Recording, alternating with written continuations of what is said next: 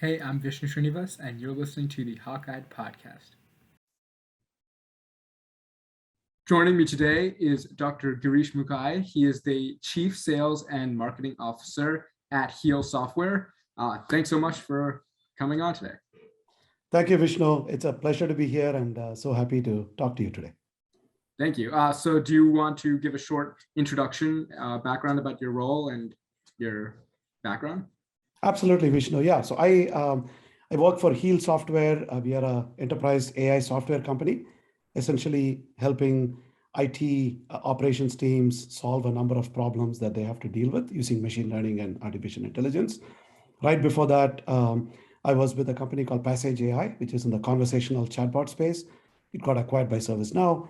And then prior to that, a few decades in communication, networking, and AI areas. And I went to school at IIT Madras and undergrad, and then a PhD from Boston University and an MBA from Wharton.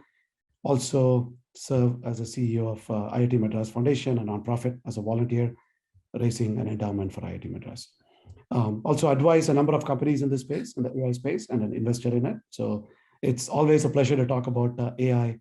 It is the topic of past several years and beyond. Definitely is. So where I'd like to start is, I guess, like, how much of a role do you think this COVID pandemic, these past few years, played in the massive developments we've seen in AI, especially its usages in businesses? Yeah, Vishnu, I think COVID had a very positive impact, if you were to look at it in that direction, on the developments in AI, because we changed everything as the entire world, right? 7 billion of us. The way we work, the way we live, the way we deal with things. I think AI, interestingly, played a huge role. As an example, I'll take a few examples. The way we shop earlier, even though we did order stuff online, but we still had, as humans, go to a store, buy things and all that. But today, thanks to COVID, more and more people are getting stuff delivered to their homes, whether it be grocery, whether it's anything else. So I think that whole shopping pattern, AI plays a big role, both from a recommendation point of view, as well as optimizing how things are delivered, how quickly things can be done. If you look at perishable groceries, they need to be delivered to you very quickly.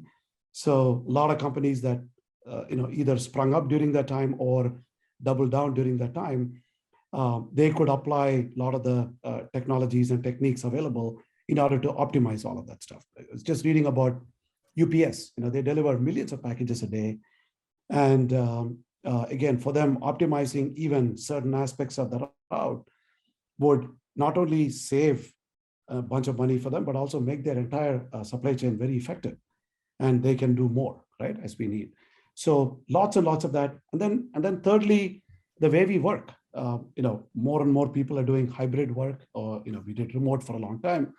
People that could do it, and going forward, it's going to be a very hybrid world. And I think having these collaboration tools, the tools being very easy to use, it's very personalized, et cetera, et cetera. I think AI does play some role in various areas in that, right? And then finally, not to forget the vaccine development and the drugs that got developed during that time. I think the pace with which drugs were developed, vaccines were developed, they were approved, they were tried out, and I think data analysis, whether you call it AI or data analytics, anything of that nature, data science, plays a huge role in making sure that we could do this at this velocity. We could never have done this at this pace if it was 20, 30, 40, 100 years ago. Definitely. And like you said, like, obviously AI has served many high-level functions in, enhanced delivery systems, and even we're seeing like autonomous vehicles, assisted surgery. But I guess, would you consider the single most profound development in AI that could happen in the future? Yeah, tough to say. I mean, I wish I had a crystal ball. But let me take a shot at it. I think AI has solved a lot of the problems today. Again, it's never perfect. It's very statistical. It can do things at a certain level, and it gets better and better as we use it and learn and use the data. So I would say that the one of the things I think that could happen in the future, which AI hasn't done well so far, a whole lot, is essentially explaining the scientific principles that govern the way we, the world and the universe and galaxies and everything else operate, right? So I think being, I know we have throughout the human, history, we have always been figuring out new things, whether it be Newton or Einstein or many others along the way. But being able to come and figure out how does the universe operate, what happened before, what is going to happen in the future. I think, in my opinion, that could be a very significant thing that AI can do, especially the pace with which we can find those answers. I know, it has taken us hundreds and thousands of years to get to where we are, but maybe AI can accelerate that pace and get us to certain answers, and also filter out, the wrong answers, right? There are lots of theories. So it's about not just coming up with a theory. I think theories are plenty. It's about knowing which one is right and which ones are not correct. So I feel that's one of the areas where AI could play a huge role, assuming we can get it to a stage where it mimics a human brain at a much larger scale, right? Right. And when we talk about the future of AI, there's been a lot of discussion about the third wave of AI, being like explainable AI, essentially. And how important do you think it is for AI to be able to provide explanations for their processes? Or do you feel like the black box system that it's based on right now is adequate? Yeah, I think it depends on the application. In general, explainability is very important. Of course, there are certain applications where we may not put a lot of faith in explainability, or we may not need it. Whereas in most cases, when you tell a particular system to shut down, or when you say that don't use this drug, use something else, or when you do some when you're solving a problem that has a lot of ramifications associated with it, right? Finding somebody guilty or not guilty, it has a huge impact, right? So we have to explain why that is the case. So just say that green is better than red ain't good enough. So AI has to say, why is green better in this particular case? What is the reason for it? Because we all know that AI is almost like garbage in, garbage out, where the data, there are three parts to AI, right? One is the data, the second is the model, and the third is essentially how you run all of the stuff, how you train it, do that. Data plays a big role, and increasingly the developments in the models have done very well over the past couple of decades. So the holy grail, in my opinion, is data going forward. And if you use very biased data, the results are going to be very biased as well, more likely than not. So being able to explain a particular problem, why a particular decision, why a particular recommendation, or why a change is very essential, because we need the model. We need people to trust what the model tells us, and in order to trust, especially a machine which has no precedence, we need to make sure that it can tell you why. So I think a lot of work is going on in that area, even though for some reason these neural networks and deep neural networks and multiple models, they seem to work reasonably well, right? We have seen that, but why does it work? Why does it mean, especially when it has implications for you, right? If you tell me you're not going to get me a loan, and said, my AI told you, that's not good enough for me. I need to know why, right? Right. Making it more human, personal, I guess, like improving that trust between human and computer is key to the future. When you look at the recent developments in AI, they've been astonishing, but like there's also been a lot of premature hype around certain phenomenon. For example, if we look at autonomous vehicles, many people claim that the road would be filled with them by the year 2020. Obviously, that doesn't happen because there are certain barriers that can prevent that.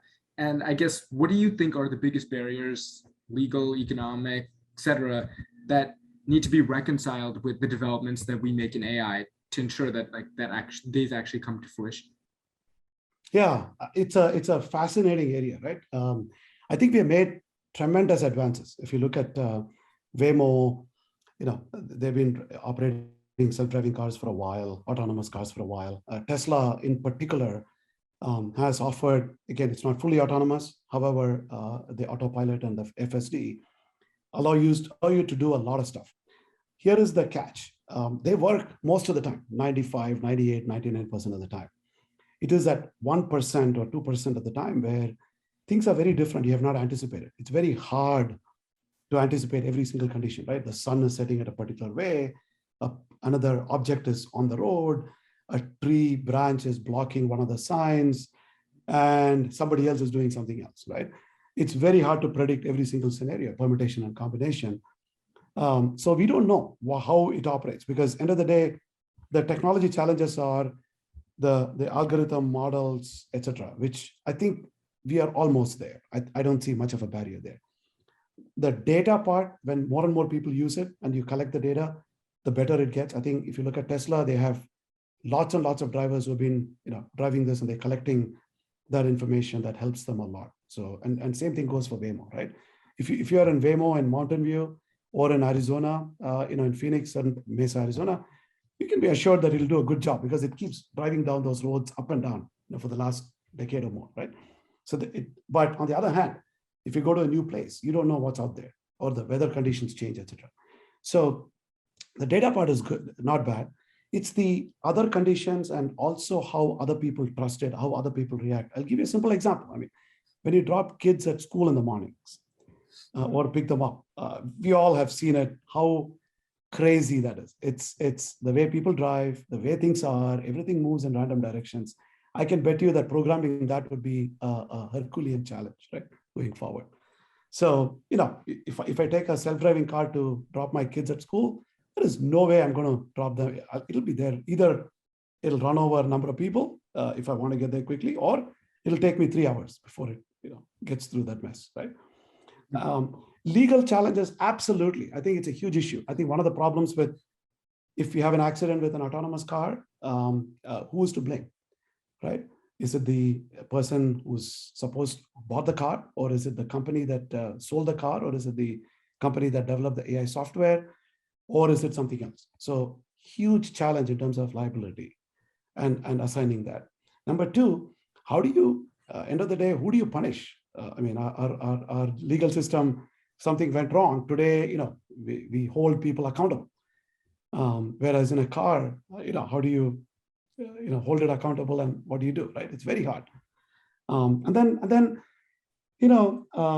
the third thing is also when we have a mixed environment, right? We have millions of regular cars which are not autonomous, and then you throw in a bunch of self-driving cars in the middle. You're also relying on how the other people react. So very, it's a pretty complex equation, right? And then finally the some of the moral, ethical aspects of it that come, which is you sometimes your car is going to hit something and you have a choice, pick A or B.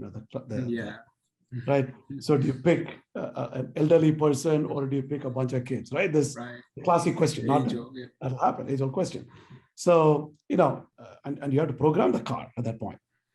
Right. So it's kind of tough. And going back to the technical challenges, one of the challenges that most of these cars have is the processing power.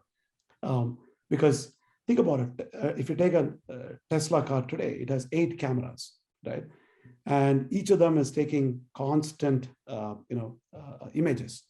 And you have to analyze that and then make a decision whether to stop the car, slow down, accelerate, do this, do that, steer, right? So the sheer processing power and the ability to do that is quite challenging, actually.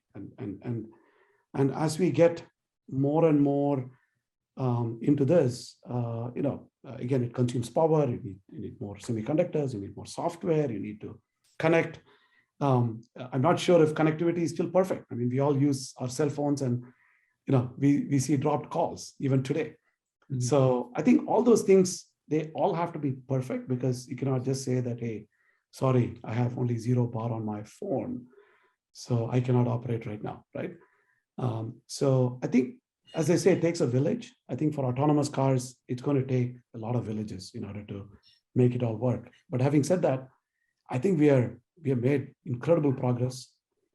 But depending on who you ask, it's either 10 years away or 30 years away from, the world being full of this, Yeah, no doubt. Yeah. But just like any other technology, I mean, I have a chart, the time it took for dishwasher to become more, widely used, or electricity, or television, or anything else. And if you look at that and look at AI, I think AI space is much faster, right? It's much, much faster. I think, I think almost, I would say most people now have a phone, and I think there's some form of AI being used.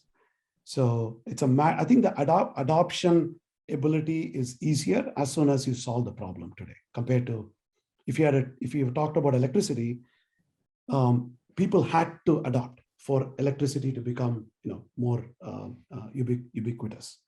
Whereas technologies like this, as soon as you have a real solution and people can trust it, automatically it just becomes it can catch like wildfire.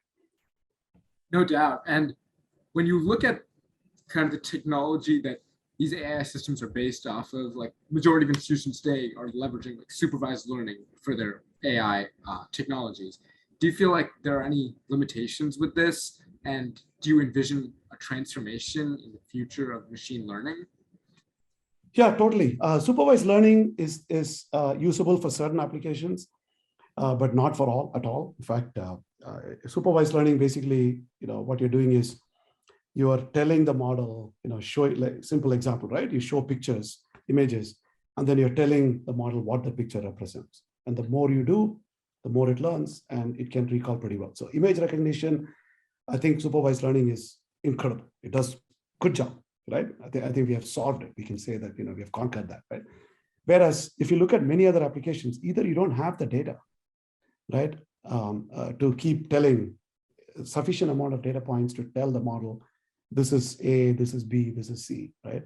So in the example of what my company does, we are looking at IT operations when applications are running. Whenever an anomaly or an outage happens, that's what is a teaching moment, right? Like a supervised learning. They occur so rarely in most of the IT environments. That means you can't really train a model. It'll take you, years before it becomes effective with supervised learning, right? So other approaches have started playing a big role. So unsupervised learning being one, where you just throw a bunch of stuff, let the model figure out and cluster them into different buckets. And that way you can make sure that, hey, it's small, medium, large, or red, green, and blue, whatever that may be, right? That's again, it is useful to a certain extent. Again, not for all applications. And then there is reinforced learning, which is almost like how you teach someone how to ride a bike or how to do a particular activity. But again, it learns by trial and error. That means if you're teaching how to ride a bike, you pedal one side, you fall down, then you pick up, you pedal the other side, then you fall down again, then you realize I need to move the steering wheel. So by the time you do that, you get hurt quite badly. In real world, you don't have that luxury. So reinforcement learning is very good for gaming, right? If you're teaching something how to play chess or Go or any other game, we can learn by trial and error. We can lose the first 10 matches or 100 matches. It doesn't matter. Nobody's going to die, right? Nobody was hurt. So self-supervised learning, is starting to play a bigger role nowadays, especially where the ability to have enough data to train is rather limited, and you really want the model to, in a way, teach itself. And of course, there are thousands and thousands of papers being written on a daily basis. Everything is available for everyone. For the most part, it's accessible for anybody today. So that's the beauty. Of course, having said that, there is a lot of work going on in the ML ops area, which is machine learning operations area, where how do you run a machine learning model that can effectively use the data, use the right models, train it the right way, understand. There's a lot of feedback in all of this. It's not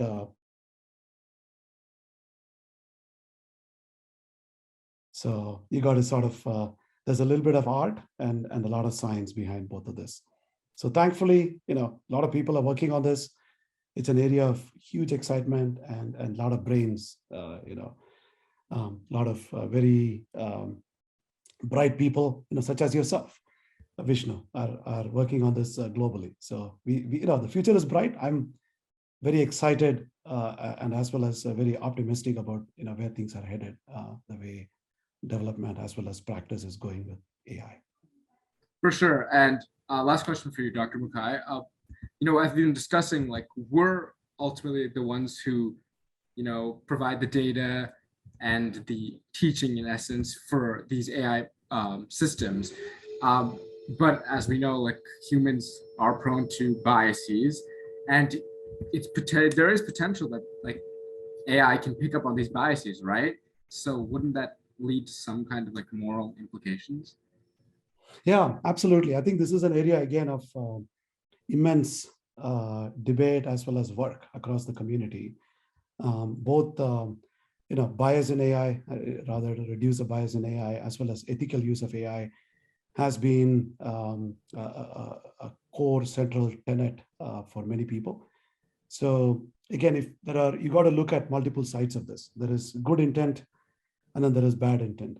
So you need to make sure that by teaching, evangelizing, standardizing what is aligned with good intent will make us generally move in the right direction. Having at the same time, we also have to make sure that there are ways to penalize or discourage bad behavior, right? So because just like anything else, it's a tool. AI is a tool, and people can use it just like a knife or a hammer, right? You can use it for good things, and you could potentially use it for bad things. So how do we prevent people from doing the bad things and encourage more and more people to do the right things? Also have to look at what is the right thing. Many people may not even know with it. So giving that regulations on one side, design approaches on the other side, industry bodies and standards on the third side, and in general, even building it in design. If a semiconductor, for example, that is processing AI, you could build in certain guardrails in it potentially. Same thing with some of the software. These days, people end up using a variety of software from multiple sources to build a particular system. And as long as you sort of build it in the right way, it works well. Having said that, bias is inherent. I mean, human beings, we have shown over millennia that we are biased. Of course, we keep getting better as a society. I think the same thing, we should do that with AI. And one way to do that is teach it or train it with the right models, right data, use the right models, and also be able to detect bias. The key problem with bias is if you don't even know there is bias, it's very hard to tell. So to your earlier question about explainability, I think they all play a big role in this stuff. And finally, the moral dilemmas, it's also about trust. If more and more people trust what a particular model does, and they understand it better, and it is widely accepted, then it's likely that more and more people will gravitate towards those things as opposed to something that is not ethical or not doing things the right way. Having said all that, the future is very bright, right? I think as a society, just like anything else, we will figure out a way to move forward with the right approach. The one thing nice about models like AI, as opposed to what human decisions or human behavior, you can actually get the data tells you a whole lot. When a model does a whole lot, you actually have parameters, you actually have KPIs, you have various ways of reporting that tells you and monitor these things, which actually can tell us whether a model A is more biased than model B, and so on, right? They're all measurable to a large extent. So the more we know, the better we can get. And I think the chances are that they are visible to everyone, or more people that are involved in it. So the future, in my opinion, is, I know there are going to be speed bumps along the way, which naturally the case with every technology that we have developed. But given the interest and understanding and the ability for it to be transparent to a large extent, again, I'm not saying it's fully transparent, but there are points where you can see, right? It only can get better as we go along. But will bad actors use it? Yeah, likely. But we need to stay a step ahead of them. And just like what we have in cybersecurity, right? There are still bad actors, but the more we plug the holes and learn to understand who's doing something, the better we are over time. So 100%. Exciting. Yes, understanding our flaws and building up a sense of trust is really what will be key to this future. Thank you so much, Dr. Muckai, for your time today and your valuable insights. Appreciate it. Thank you, Vishnu. Appreciate it. It's a pleasure talking to you today, and all the best to you.